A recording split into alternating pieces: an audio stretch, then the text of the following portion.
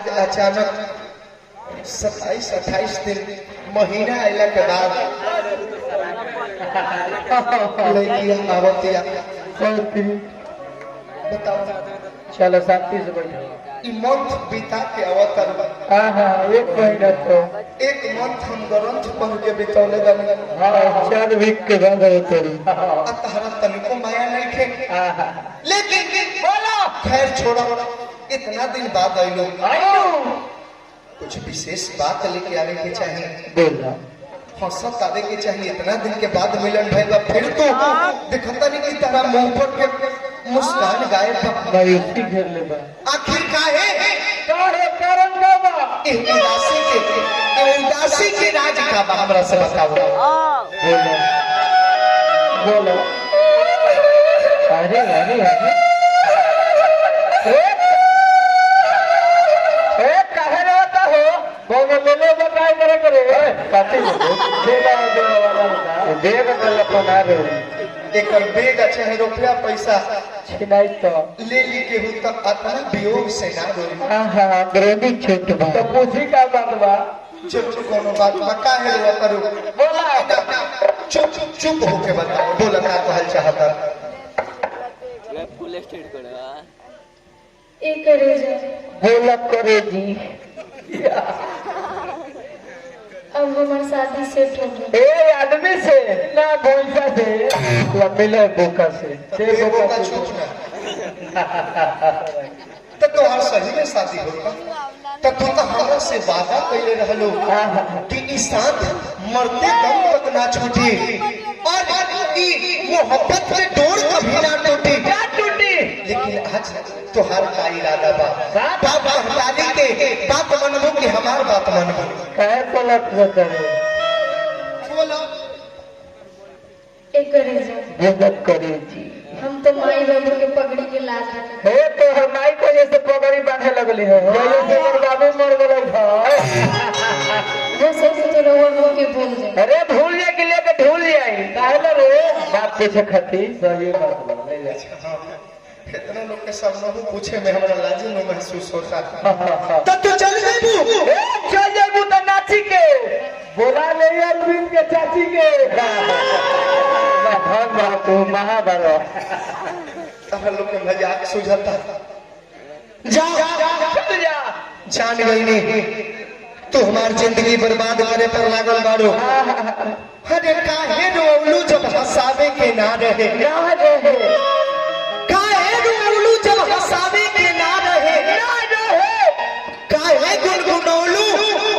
जब जब गावे के ना रहे। आज आंसू पूछा जानी एगो प्रश्न बन के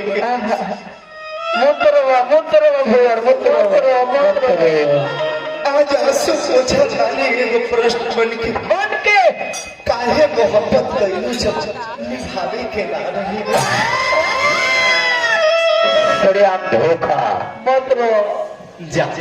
चलिया जा गए जा गए तू जहाँ रहा खुश रहा लेकिन इस जो पहले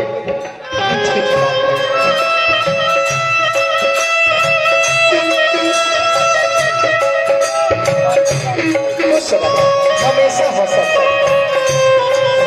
लेकिन ये बात के हमारा पता चल गया कि सही जगह पर सटीक निशाना जब तक ना लगे तब तक बात व्यर्थ ज्यादा।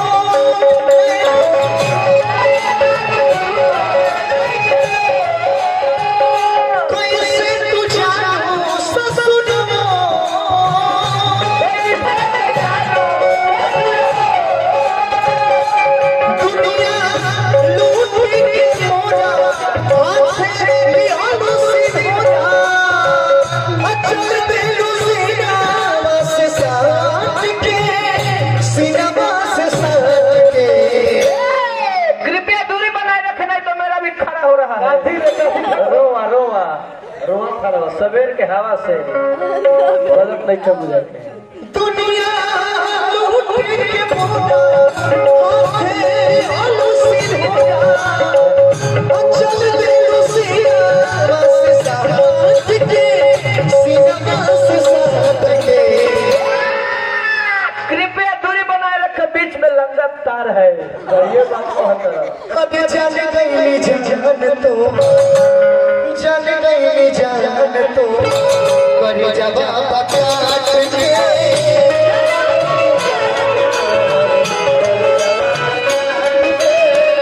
जान गई जान तो कर जवाब काट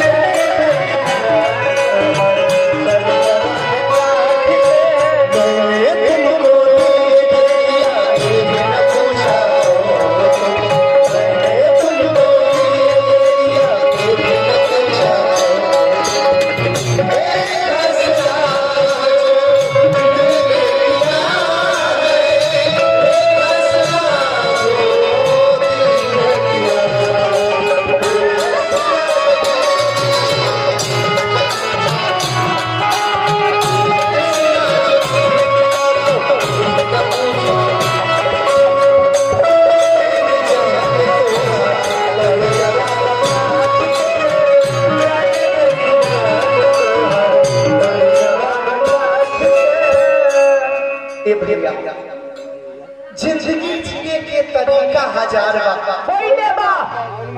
जिंदगी जिए के तरीका हजार बा रोजी बा रोजगार बा घर बा परिवार बा दुनिया में सब राह गई है लेकिन एक छोड़ के जौना के नाम प्यार बा सजा जगला के बाद भी जेल से जमानत ना होला काहे कि ये जेल के जेलरे हत्यार मैं कहूँ तो क्या कहूँ बोलिए और चुप भी रहूँ तो क्या रहूँ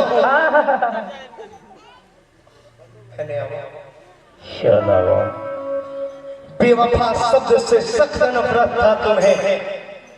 बेवफा शब्द से सख्त नफरत था तुम्हें फिर बेवफाई कैसे किया तुमने ये जवाब चाहिए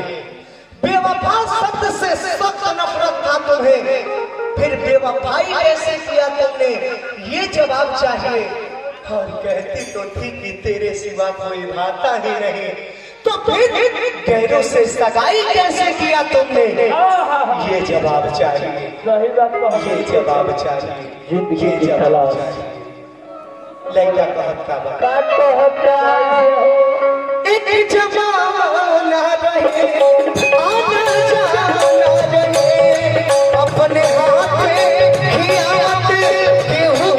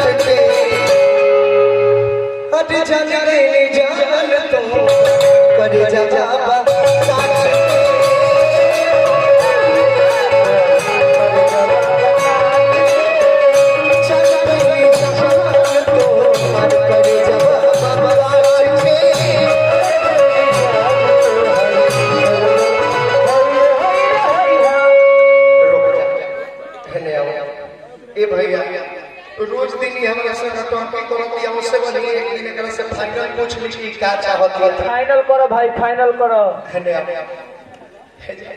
हेतन लोग के सामने चल हम खोल के कहतानी हां खोल के कहता क्या अगर हमरा के जिंदा देखल चाहत करू हां नो कंप्रोमाइज नो बहाना कोनो बहाना ना चले चल खोल के बोलवा खोल हमरा के जिंदा देखल चाहत हो तो प्यार फिर से रिकनेक्ट करे के पड़ी अन्यथा हमरा के मरे से केहू ना रोक का चाहत हो बोलो पहले खोल के पूछवाई महाराज मुंह से बोलो रउआ अपन संसार बसा ली बसाली की भसाली ना बसाली बस आवे के फिर हमारे घर भाषावे के फिर और को दिल मोड़ दे एकरा चल चक्का का कइले का कइलो के कोई चल चल हां अपना बाबूजी के नए कोमर बेच दे अरे महाराज ओहो कोमर फाट गइल रहे ते कैसे जानता सुतल का रहल बाबूजी और जे सुन के फाड़ के निकल गइली अच्छा अरे बाबूजी टेलर से फाड़ के निकल गए एक करे चल चल हां घर से 20 रुपया मिले कॉपी कलम वाला किन के 10 रुपए के एकरा के आलू चॉप समोसा खिया दिया हां 10 रुपए के गरदारी बनवा दी लौड़ा बस एकरा चल चल का कइलो एकरा चलते बहुत कुछ कइले बोलो बोलो का ना कइले का कइलो करे चल चल 10 कट्ठा में खेत में चाचा ए महाराज वो पड़ती रहे कुछ ना होत रहे ना उसट रहे वो एकरा चलते 4 चक्का नया गाड़ी बेच दे ए वो गाड़ी कबारी रहे गाढ़े मोबिल छिकत रहे रोड पर सब जग में जा लेके जा चल जा अगर तू चल जाइबो हां तो हम पक्का मर जाए तो मर जाए अरे मरते ना ना अरे ऐसे काहे बोलता रे खा के ना किस है जोर से बोल खोल के ना तो फिर हम का करेंगे मर जाए जा तो मर जा मर जा अरे मर नहीं है तो करी के तो रखे काटी हो खर्चा सही बात खर्चा पानी तो रखे जाए खोल के बोल दे तो हम साचो कहत है कि पापा मर जाए ए मर नहीं बता गाय के बोला लेना चने के माइक के पापा कहत है मर जाए पापा देख ली तो मर जो मोर जो तो बड़ी इज्जत कर दी अरे एक बार में फाइनल गोल मार देले रे मोर जो जब जो देले जब इज्जत जब हमरा हाथ हमला कर देले तो फिर जी के का हो हां भाई मोर देख जाते एही जे नाक मुंह दाब के ऑनसन को हम एही जे मर जाए पड़े पड़े देखिए भाई लोग जाने गई जा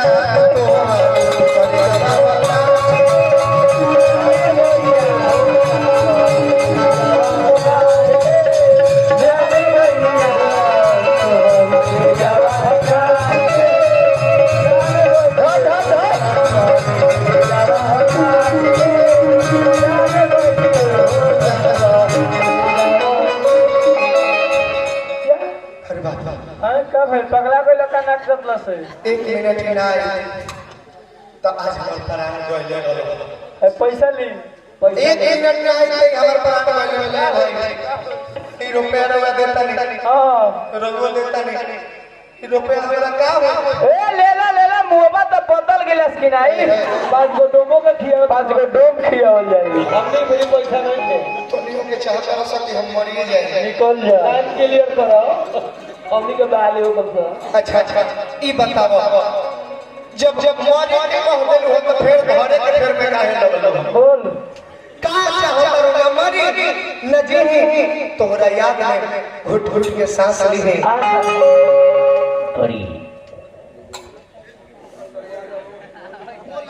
बोलो कुछ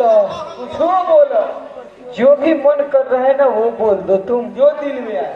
एक करे जा बोलो करे जी हम तो रोड उठावत रहनी ठाहत रहे हम जे दिन ठा दे तो 4 दिन आंख ना खुली कि रउआ हमसे कितना प्यार करें ठाहत ले हमरा से चाहत रहलो हां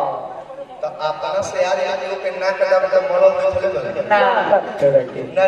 ना हमो तो तारा के चाहते रहलो हां कि तू हमरा से कितना प्यार करत रहो लेकिन सुना बोलो एगो बात कहत बोलो जब तक सांसें चले तुझको चाहूंगा मर भी गया